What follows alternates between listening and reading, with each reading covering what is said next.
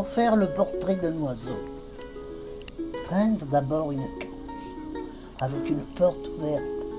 Peindre ensuite quelque chose de joli, quelque chose de simple, quelque chose de beau, quelque chose d'utile pour l'oiseau. Placer ensuite la toile contre un arbre, dans un jardin, dans un bois ou dans une forêt. Se cacher derrière l'arbre, sans rien dire, sans bouger.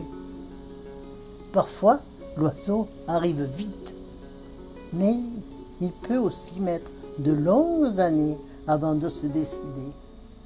Ne pas se décourager, attendre s'il le faut pendant des années, la vitesse ou la lenteur de l'arrivée de l'oiseau n'ayant aucun rapport avec la réussite du tableau.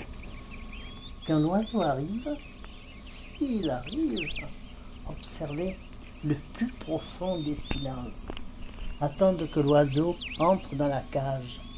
Et quand il est entré, fermez doucement la porte avec le pinceau.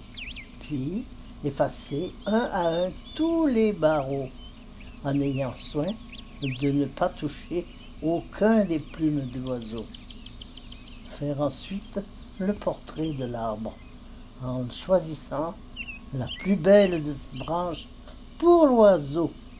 Peindre aussi le vert feuillage et la fraîcheur du vent, la poussière du soleil et le bruit des bêtes dans l'herbe et dans la chaleur de l'été, puis attendre que l'oiseau se décide de chanter. Si l'oiseau ne chante pas, c'est mauvais signe. Mais s'il chante, c'est bon signe. Signe que vous pouvez signer. Alors, vous arrachez tout doucement une des plumes de l'oiseau et vous écrivez votre nom dans un coin du tableau. Sais-tu que je l'ai lu à des personnes âgées, hein? Pas de réaction. Et puis je l'avais lu à d'autres jeunes comme ça. Pas de réaction non plus. Il raconte toute la nature. Les feuilles mortes se ramassent à la tête, les souvenirs aussi. Il faut être sensible à la nature.